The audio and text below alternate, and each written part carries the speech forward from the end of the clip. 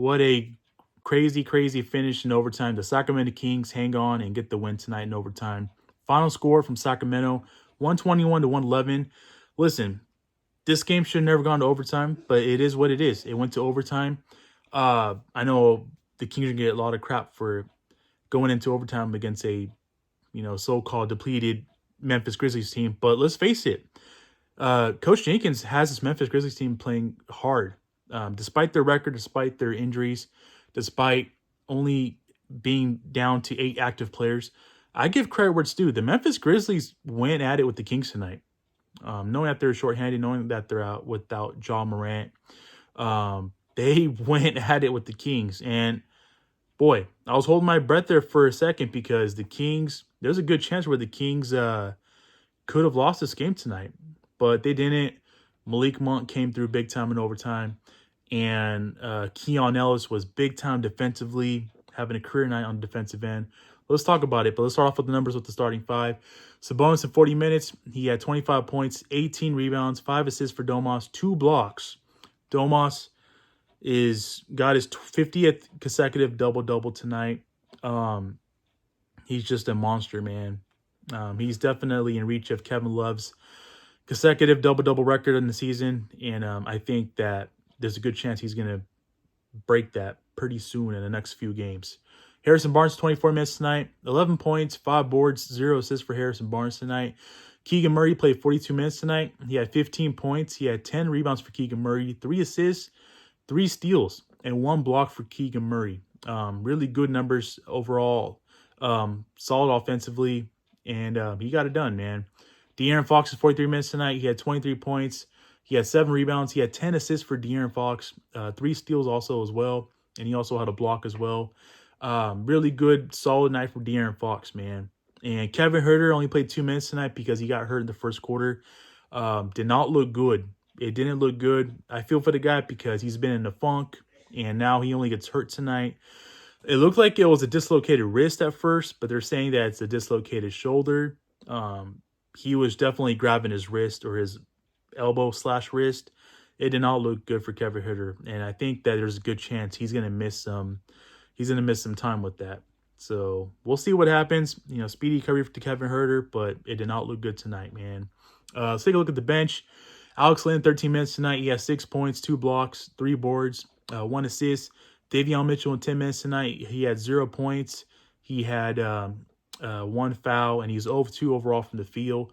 Malik Monk just came off the bench and provided instant offense, man. He actually was the Kings' best player tonight. 39 minutes for Monk tonight. 28 points, 6 assists, 6 rebounds, 10 of 19 overall from the field. Just took over this game in overtime in particular. Monk is that guy. He's a dog, man. He's got that mentality in him. Really good to see Monk come in and just take over off the bench. And, the Kings haven't had a 6-man like Malik Monk. You probably got to say since Isaiah Thomas, Bobby Jackson. His fire, his passion, his demeanor. Give this man a lifetime contract, Monty. I mean, I tweeted this out as well. This guy should be a Sacramento King for the foreseeable future and for many, many years to come. So shout out to Malik Monk for coming through, man. Chris Duarte, big time minutes for Duarte. I love what I saw from Duarte tonight, man. 18 minutes. He had 8 points. He had 2 rebounds. He had 1 assist. He stepped in and he provided minutes, good minutes for Mike Brown tonight. And knowing that you have Trey Lyles out, knowing that Sasha Vezenkov is going to be reevaluated pretty soon, and knowing that Kevin Huerter may miss some time, extended time, possibly, the Kings are going to need Chris Duarte to be like he was tonight. Just come in and do his thing, make wide open corner 3-pointers, and play good defense. So we're going to need big-time minutes from Duarte moving forward. And Keon Ellis, boy, give Keon Ellis the defensive player of the game crown because 34 minutes tonight, he had 5 points, he had 3 assists, he had 7 rebounds, and he had 5 blocks. 5 blocks for Keon Ellis tonight. Fantastic defensive game. Made it tough on Desmond Bane. He actually competed and contended and went at Desmond Bane defensively. He held his own, man. Really, really great to see Keon get after it and be very active defensively. We need that from Keon moving forward. Like I said, Duarte's going to have big minutes coming off the bench without Herter, but I'm expecting Keon Ellis will be starting at the 2 with Fox in the backcourt while Herter's out. I could be wrong, could be depending on matchup, but I think ideally Keon Ellis would be the guy who you would think that would start with De'Aaron Fox in the backcourt while Kevin Herter is out with an injury. So we'll see, man. We'll see what Mike Brown does there in placing Kevin Herter in the starting lineup. But make no mistake about it, Keon Ellis is getting it done right now, man. He's making the most of his minutes, and really good to see Keon Ellis become a game changer for the Kings defensively.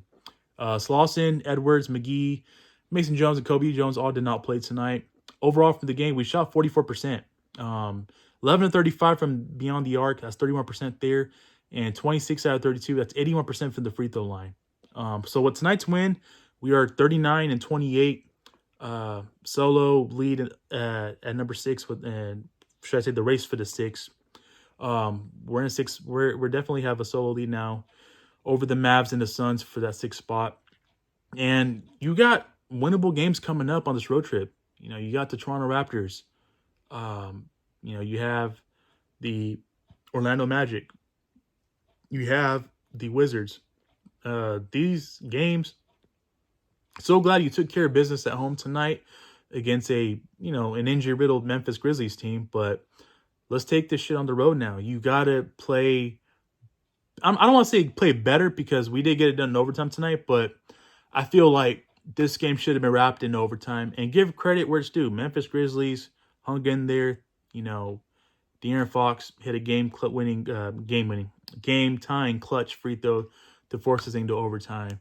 And then in overtime, Malik Monk just took over. So really good to see the Kings core players getting it done. And especially in particular, in the overtime, they got it done when we needed it the most.